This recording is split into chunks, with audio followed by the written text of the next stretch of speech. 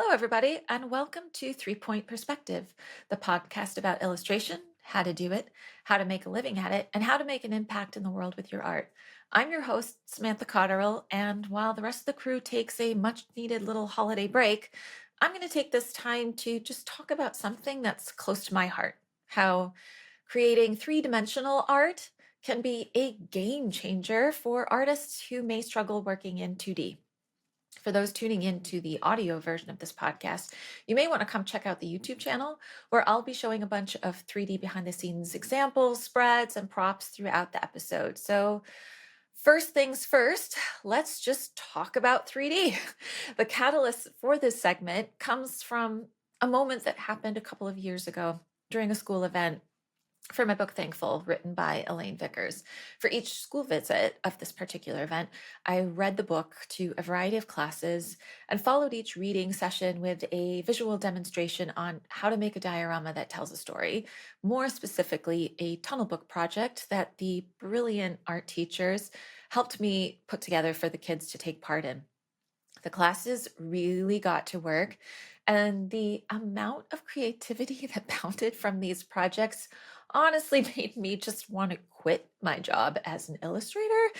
Kids' work so often just blows my mind that I swear I get imposter syndrome more often with these creators than I do with fellow adult creators. Anyway, nearing the end of these visits, I received an eye opening aha email from one of the teachers about a particular child in one of the classes I had visited. The student had a really hard time participating in art class and often struggled with frustration during each 2D project they'd done thus far. And after the school visit, the student just proceeded to feverishly make his own dioramas out of cardboard, paper, crayons, and glue. And I believe the story aspect of it just really engaged his excitement because just each set had a story happening within it. And it was quite comedic and just brilliant. He just got so into it that he even brought these materials with him to the after school program to continue crafting these tactile worlds. And for some reason, this three-dimensional approach to storytelling connected with him in a way that just 2D hadn't, to the point that this teacher thought he just really hated everything about making art. Even the student himself felt similarly. He began telling stories through these cardboard dioramas, and it instantly just took me back to my own childhood where hours and hours would be spent telling stories through dollhouse worlds my sister and I would build together at home. Entire rooms of our basement were filled with Barbie doll cities, saturated with billboard signs, although if I remember correctly, those billboard signs were probably not appropriate, but they were very creative. So I'm just going to keep it at that. Rooms were filled with construction boxes, scenes that often depicted some sort of soap opera drama happening between the dolls that would occupy these spaces that we created.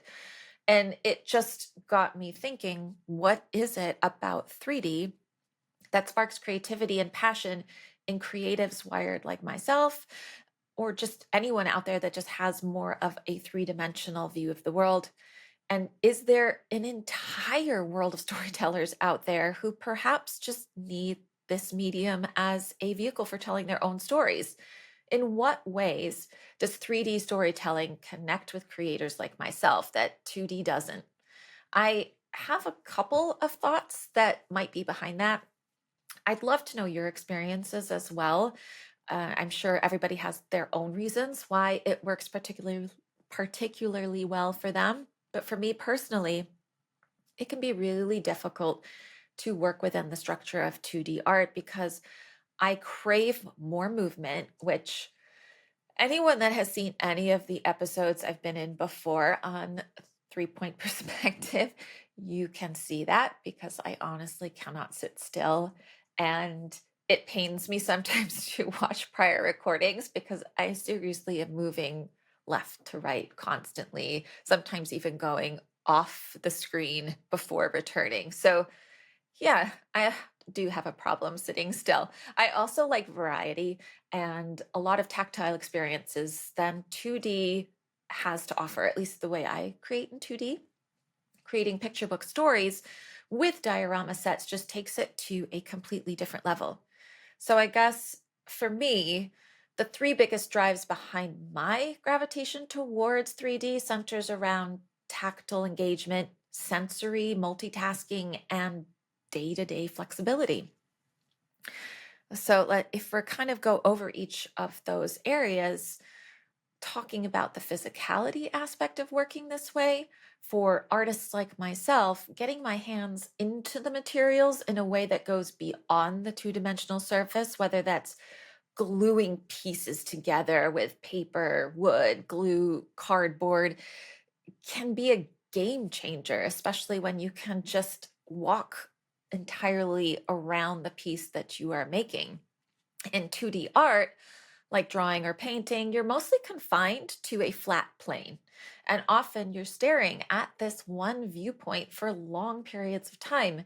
And for someone like myself, this can feel like being stuck in a loop of constant mental gymnastics, struggling to focus while my brain is just jumping from thought to thought, really wanting to vary things up. When I'm building a set, I can move the camera around, and that allows freedom for seeing potentially better compositions than I could have dreamt up initially in sketch form. That being said, it does allow for hyper-focus moments if I'm suddenly zoned in on the construction of a particular object, which usually encompasses either vehicles or buildings in my case. And now that I think about it, doors as well, and chairs. I have had a long fascination with chairs since I was a child. So I guess those would be my top go-tos that I just can't stop making in three-dimensional form. In 3D art, I can physically build my environment, move it, rotate it, build layers, and even place my hands inside the scene, allowing me to actively be a participant in the story itself, which in turn really helps me connect more deeply with the characters and plot. The act of moving and setting something in space engages your body in a way that drawing on paper just simply doesn't. It's so active, it's dynamic, and it really taps into your hands, your eyes, your spatial awareness. That being said, does that mean I trip often and knock things over because my spatial awareness is not really at top-notch level? Yeah, that happens all the time, more times than I want to count, and often with many an expletive just being shouted across the room. There are a number of occasions where I've gone through the whole process from sketch to setting up the scene to photographing the scene and then processing the scene. And it's not until the first proof comes in the mail will I suddenly go, oh my gosh, I didn't even notice this one bush or this one tree completely knocked over when I was photographing. I must have reached in and it knocked over at some point and I just didn't notice. And as devastating as that is, there's also that point of, well, it is what it is. As Jake Parker often says, sometimes you just have to ship it. And looking back now, it is quite entertaining because when I go through those printed books, I can see the spreads where pieces have fallen down, and it just makes it even that much more personal for me. So, in essence, while it may be the way I work best, it still does have its frustrating moments, just like anything else does. But the constant push and pull physically with the set can really help ease any feelings of monotony or frustration and keep you stimulated by allowing your body to just have some sort of constant movement. Next up, I think let's talk about sensory multitasking and flexibility. The variety in tasks that are required to put together a 3D illustration really suits me perfectly. While hyper focusing does happen, like I've mentioned before, and right now I'm going to show you these flowers for Look, written by Gabby Snyder, that were constructed over a period of about a week, during which time I sat on the floor for probably about 10 hours a day in a very intense zone of concentration. But for the most part, I do have to vary things up to keep it interesting. One day I could be prepping paper, while another is spent building a maquette for the next spread. And if I don't feel like drawing one day, I can switch gears and focus on the lighting of the set or work on the photography.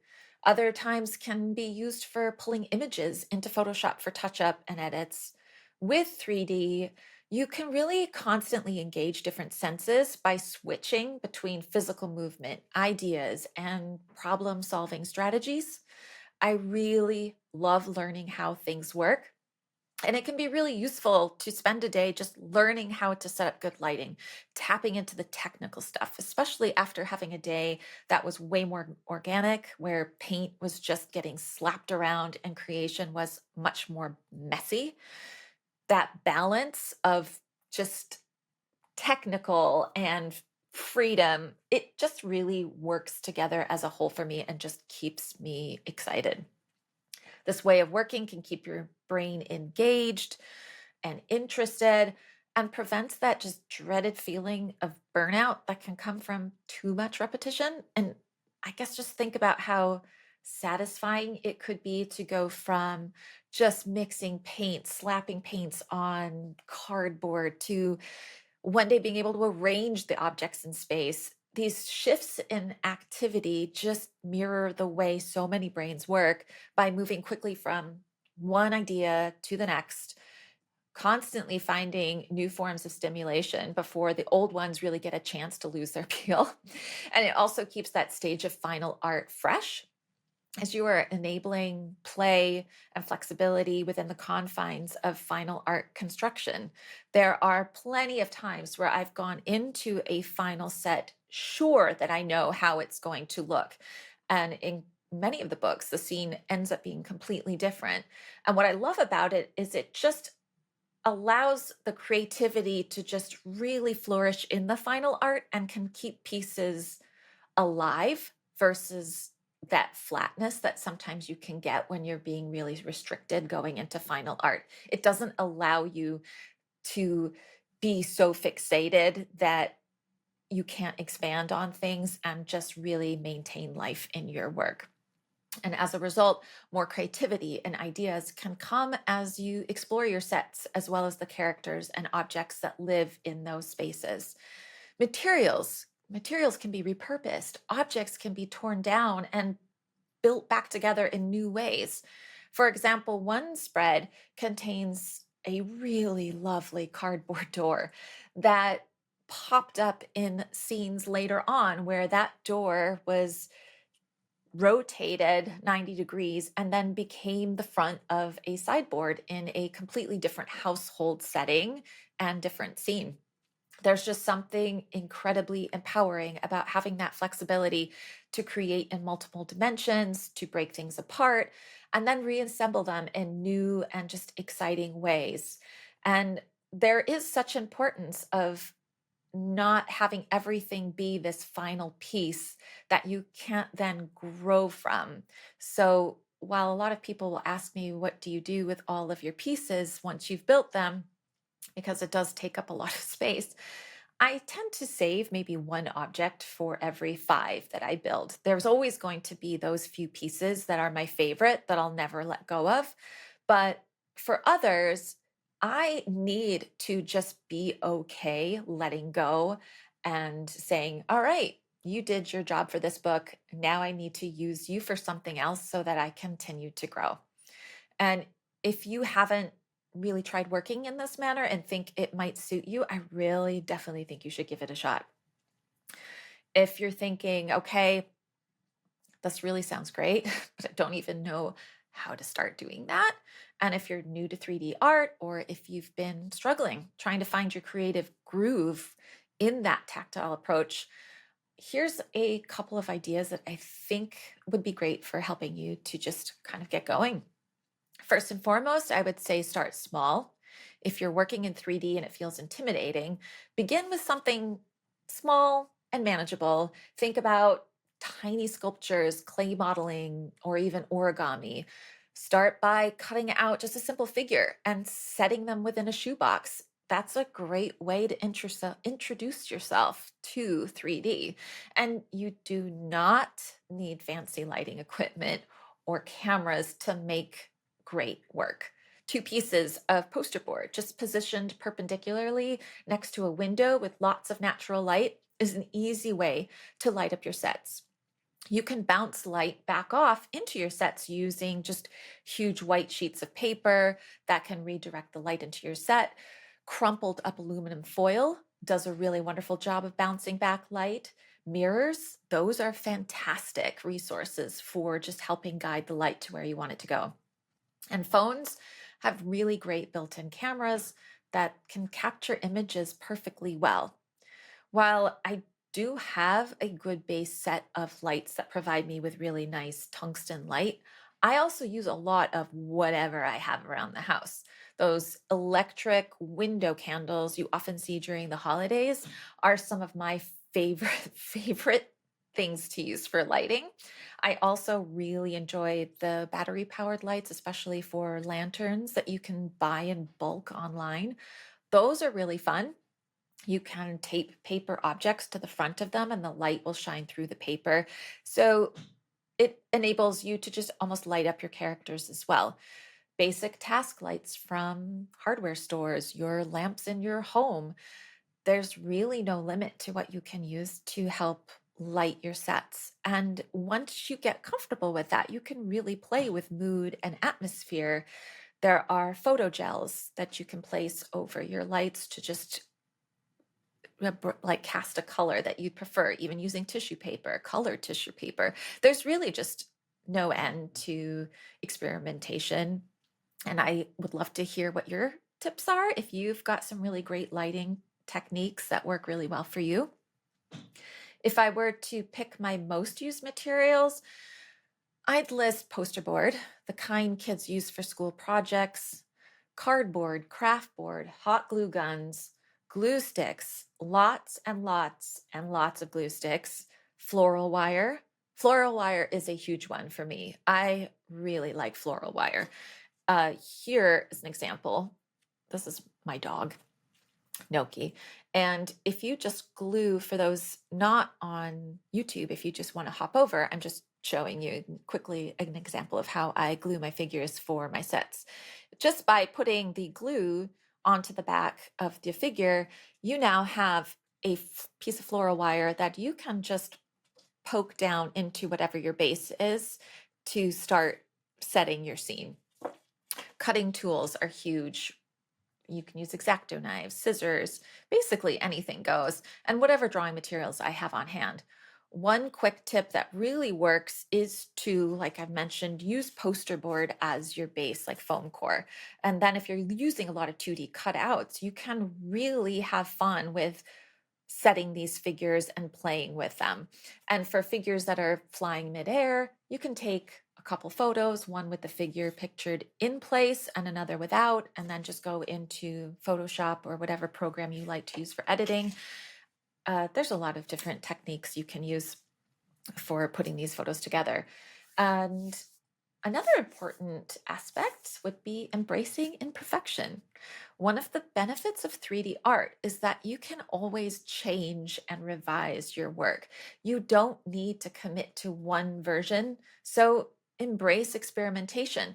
Play with textures, colors, and materials, and really, most importantly, just have fun. Go back to those elementary school days of creating worlds and shoeboxes and just be that kid again.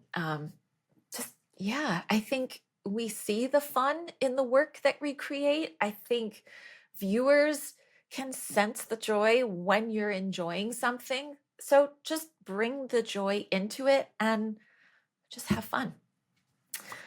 All right. I think that was a good introduction. Hopefully, I've helped kind of give you a little bit of insight there. And I hope this episode has given you some ways on how 3D art can really be just a powerful tool for making stories and pictures. The tactile nature, the constant engagement are just a couple of reasons why this can be such a successful medium for so many brains out there. I really encourage you to give this a try. You might just find that it's a perfect outlet for your imagination and energy, and it may open a door to storytelling you didn't even realize was there. I would love to hear just your stories about creating in 3D. I would love to see anything if this inspired you to make some of your own pieces. And please feel free to just drop any questions below if you're on the YouTube channel for anything. If you are starting this adventure and you have some technical questions or composition questions, I'm happy to try and answer them the best I can. And I really would love, again, to see what you come up with. So I think this is a perfect time to wrap it up. So I want to thank you and exit with 3-Point Perspective is brought to you by SVSLearn, where becoming a great illustrator starts. Your host has been Samantha Cotterill, and you can either find me here or at my website, samanthacotterill.com. This podcast was produced by Daniel Tu, that's TU. Special thanks to team manager Preston Smith, keeper of the curriculum, Austin Shirtliff, Shownotes Wrangler, Lily Howell, Chief Operations Officer, Lisa Fott, illustrator, Annalise Black. Now, go build something.